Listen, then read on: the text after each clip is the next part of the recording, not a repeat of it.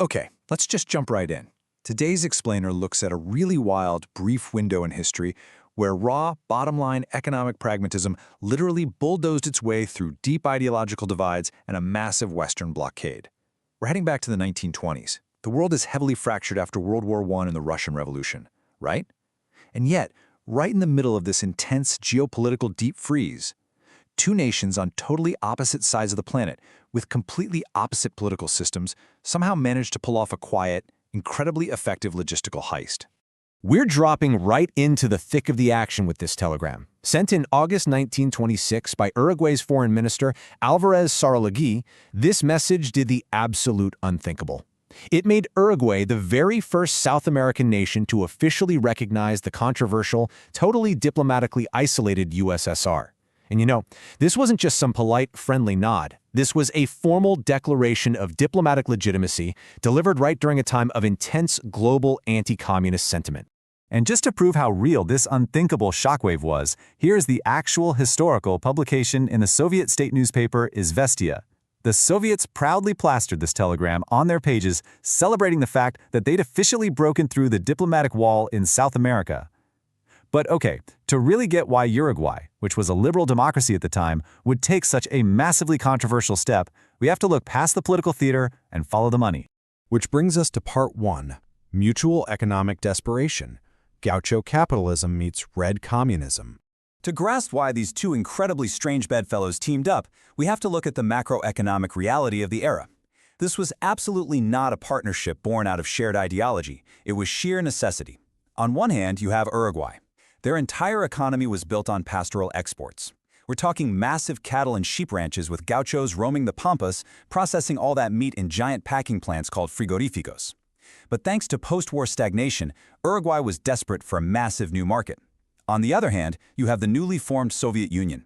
They were diplomatically isolated, trying to rapidly industrialize, and honestly, they were starving.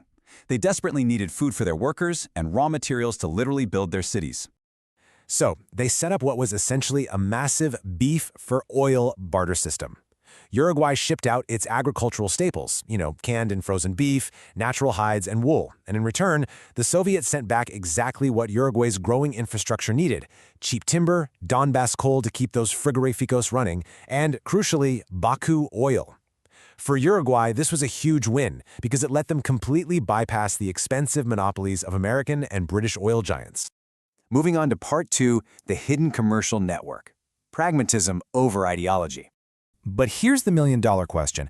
How do you actually execute massive state-level trade when the major Western powers have essentially blockaded one of the players?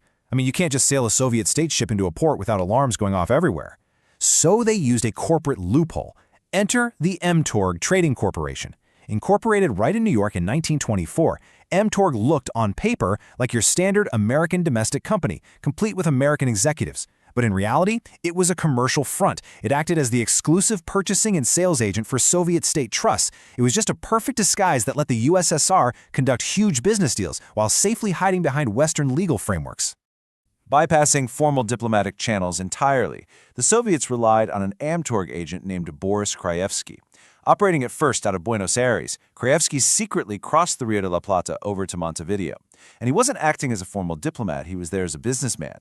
He sat right down with Uruguayan politicians and agricultural titans and promised them massively lucrative commercial contracts, provided they could just figure out how to make the logistics work. Let's look at part 3. Bypassing the blockade, laundering the trade. Because having a contract on paper is one thing, but physically moving thousands of tons of cargo across the Atlantic, that's a whole different beast. And the supply chain they came up with is just genius. See, the Soviet Union didn't have deep-sea refrigeration ships, so they just leased private third-party British and German merchant vessels. Uruguayan beef and hides would be loaded up in Montevideo, shipped north across the Atlantic, and then transit through major European ports like London or Hamburg. By using false bills of lading, they totally camouflaged the cargo's true final destination. The goods were essentially laundered through Europe before finally being reshipped to Soviet ports like Odessa and Leningrad. And the payments? Settled securely in US dollars through New York bank accounts managed by Mtorg. They literally used the West's own ships and banks to bypass the West blockade. Incredible. Which leads perfectly into part 4, pragmatism and Western hypocrisy. Uruguay's clever defense. Naturally, when Western powers finally figured out this covert network, they were absolutely furious. You'd probably think that kind of pressure would force Uruguay to fold immediately, right? But why did Uruguay's liberal government, which was driven by the pragmatic principles of Batalism, feel so justified in just ignoring the Western blockade? Well, they didn't back down. Instead, they pointed a very sharp finger right back at Western hypocrisy. Uruguay correctly pointed out that, hey, while the US and the UK officially refused to recognize the USSR politically, their massive corporate giants were already making absolute millions doing the exact same thing Uruguay was doing.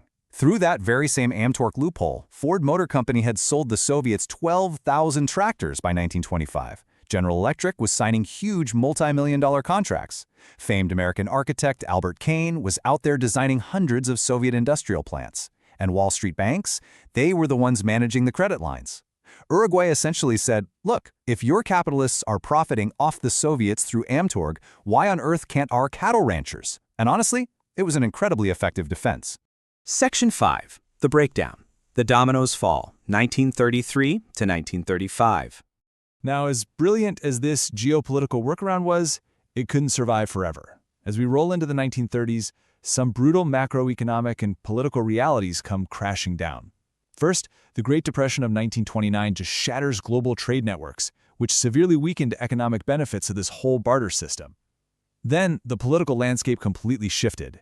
In 1933, Gabriel Terra led a right-wing coup in Uruguay, wiping out that pragmatic liberal government.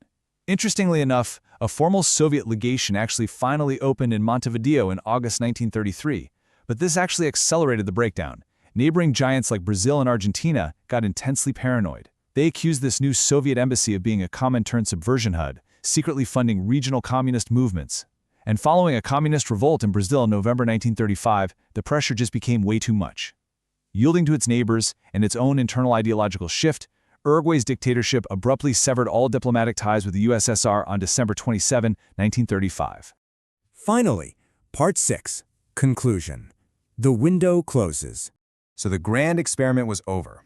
But this 9-year relationship, from 1926 to 1935, remains a truly remarkable historical anomaly. It perfectly illustrates how, under exactly the right conditions, the sheer pragmatism of exchanging beef for oil can successfully outmaneuver these deep, seemingly impenetrable ideological walls. For almost a decade, a South American pastoral economy and a massive communist state found a way to quietly work together, leveraging the loopholes of the very powers trying to keep them apart. Which leaves us with a truly provocative thought to wrap up this explainer. We so often think of global sanctions and ideological blockades as these absolute, unreachable walls. But if a small nation and a diplomatically isolated state could pull off this kind of logistical, geopolitical heist a century ago, using third-party ships and corporate fronts, what secret, pragmatic trades are quietly bypassing today's global blockades right under our noses?